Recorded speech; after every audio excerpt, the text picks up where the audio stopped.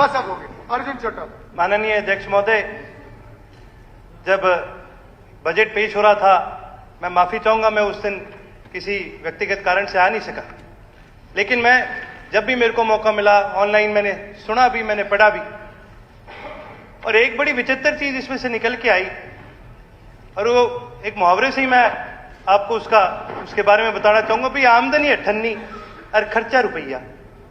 इस बजट को अगर हम गौर से पढ़ें, इस बजट को हम गौर से देखें, तो इसमें जी सबसे बड़ी चीज ये सामने आती है कि हमारा जो जीएसपीडी है, जो ग्रॉस स्टेट डोमेस्टिक प्रोडक्ट है, वो है 9%, और लगातार हमारा जो डेट है पिछले 4 साल से 13% पर एनम, यानी हर साल 13% से बढ़ता जा रहा है।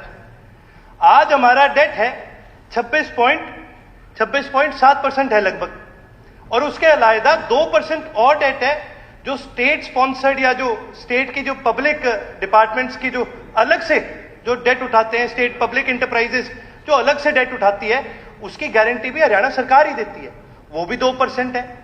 यानी 28% से ज्यादा आज हमारा डेट है, और हमारा जो जीडीपी है वो 9% से कम है।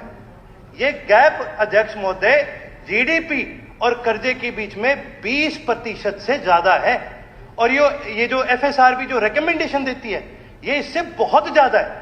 आज हमारे पास स्पीकर महोदय, बात तो ठीक है, चलो सारे करते हैं जी, कर्जा इसका नहीं है, कर्जा लोगों पे नहीं आएगा, कर्जा किसी पे तो आएगा, चाहे वो सरकार पे आए चाहे वो लोगों पे आए, कर्जा तो देखो हमारा ही है, और इस कर्जे को कोई एड्रेस ही नहीं कर रहा। और अगर हम इस कर्जे को एड्रेस नहीं करेंगे तो देखो जी, ये तो एक बबल है, गुब्बारे की तरह। जितना गुब्बारे के अंदर हवा भरेंगे, जितना कर्जा भरते रहेंगे, एक पॉइंट है, चलो ठीक है, इतना हम सहन कर लेंगे, पर कभी ना कभी तो ये फटेगा। और इसका इससे ज्यादा दूर उदाहरण हमें देखने के लिए जरूरत नहीं है। कल पंजाब विधानसभा का बजट सेशन शुरू हो रहा है, और हमें पता है पंजाब प्रदेश के क्या हालात हो चुके हैं। आज उनके पास अपने एम्प्लॉइज को तनख्वाह देने के पैसे नहीं है। ये नुकसान होता है जब हम गौर नहीं करते कि हमारा जो खर्चा है, जब उसको हम रोकते नहीं है, या फिर अगर हम रेवेन्यू नहीं जनरेट कर सकते, तो इससे जी हमारा नुकसान होता है, और थोड़ा नहीं बहुत बड़ा नुकसान होता है। फिर उसके बाद इसके अंदर 3 प्रमाणित सेक्टरों के बारे में जिक्र किया गया। भाई, बड़ी सरकार ने पीठ थपथपाई कि जी हमारा प्राइमरी सेक्टर से 18% हमने रेवेन्यू जनरेट करा, सेकेंडरी सेक्टर से हमने 29% जो रेवेन्यू है वो जनरेट करा, टेरिशरी सेक्टर से यानी सर्विस सेक्टर से हमने 53% रेवेन्यू जनरेट करा। भाई, सुनने में तो बड़ा अच्छा लगा, भाई सर्विस सेक्टर हमारा इतना आगे चले गया, लेकिन हम एक एग्रेरियन इकोनॉमी थे, हम कृषि प्रधान प्रदेश है, और एकदम से हमने जंप मारी सर्विस सेक्टर पे। हमने अपने इंडस्ट्रियल सेक्टर को बढ़ाने का काम ही नहीं करा, और अगर हम अपना इंडस्ट्रियल सेक्टर नहीं बढ़ाएंगे तो नवाचार इस प्रदेश के अंदर नहीं होगा, प्रदेश के अंदर इनोवेशन नहीं आएगी। किसी भी देश को, किसी भी इकोनॉमी को अगर आगे बढ़ना होता है तो अपना इंडस्ट्रियल सेक्टर आगे बढ़ाना बहुत ज्यादा जरूरी है। और इसका एक उदाहरण मैं देना चाहूंगा जी। चीन ने अपने सर्विस सेक्टर की स्पेंडिंग घटा करके अपने इंडस्ट्रियल सेक्टर के अंदर स्पेंडिंग बढ़ाने का काम करा है, और उसका सीधा सीधा परिणाम है पूरी दुनिया ने चीन के ऊपर सैंक्शन लगाने का काम करा, पूरी दुनिया ने चीन को रोकने का काम करा।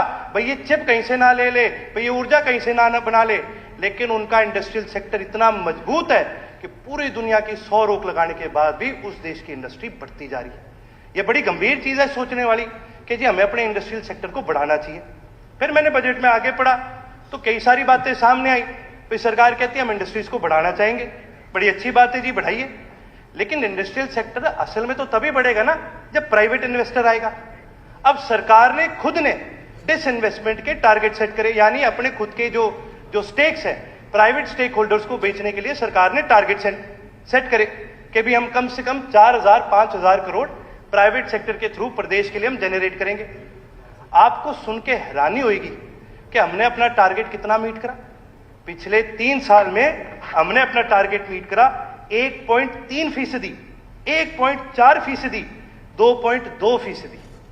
सर, जहां हम बात करते हैं 4-4 हजार करोड़ रेवेन्यू जनरेट करने में, और हम केवल मात्र उसका 1 या 2% जनरेट कर पाए, पब्लिक सेक्टर के अंदर प्राइवेट लोग आना ही नहीं चाह रहे, तो सर इसका नुकसान सीधा सीधा इस प्रदेश का है। ये बड़ी गंभीर तरह से हमें सोचना पड़ेगा कि अभी हम किस दिशा में इस प्रदेश को आगे लेके जाना चाहते हैं।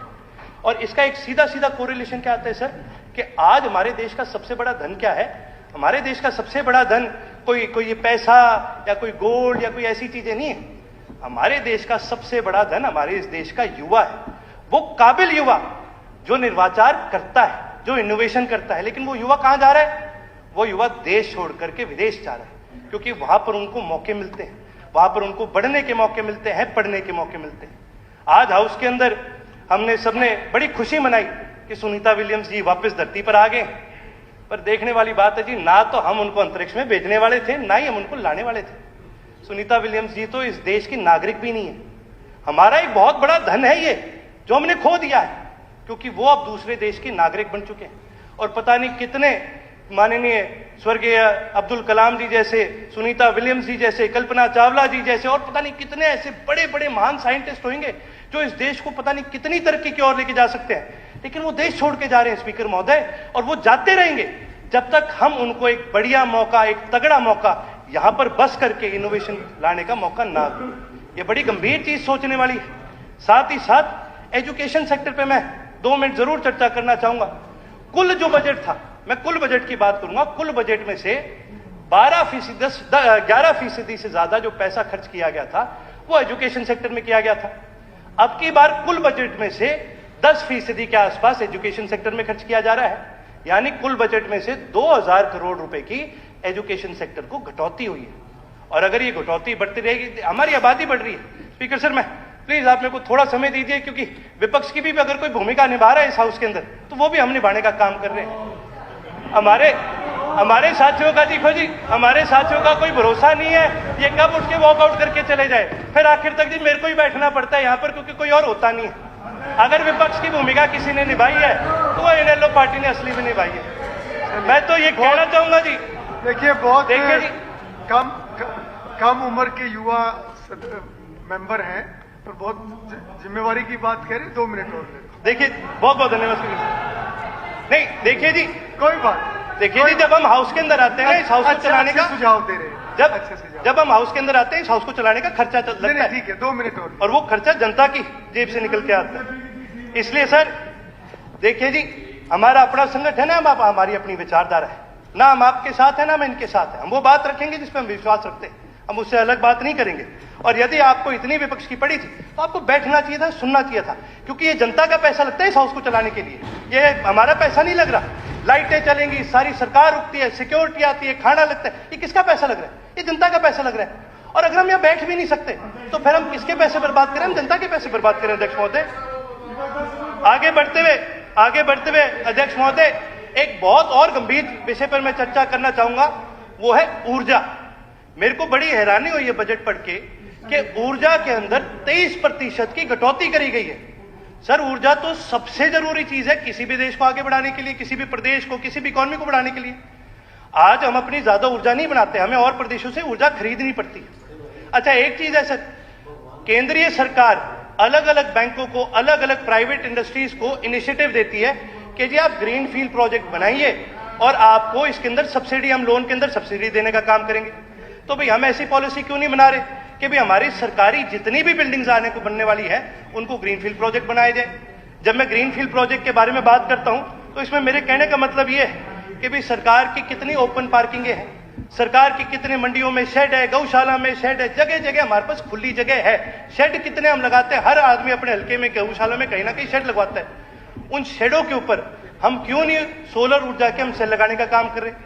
आज दुनिया में 90% सोलर ऊर्जा के जो सेल हैं वो सारे के सारे चीन से आ रहे हैं। अगर हम अपनी इंडस्ट्री को बढ़ाने का काम करें, हमें वो सोलर ऊर्जा के सेल अपने देश के अंदर बनाने चाहिए, वो लगाने चाहिए, ताकि हमारा जो एक बिजली के ऊपर जो एक बहुत बड़ा खर्चा जाता है दूसरे प्रदेशों पे, उसको हम घटाने का काम करें। बाकी मैं चीजें सर आपको लिख के भेजने का काम करूं टेबल पर। आपने समय दिया, बहुत बहुत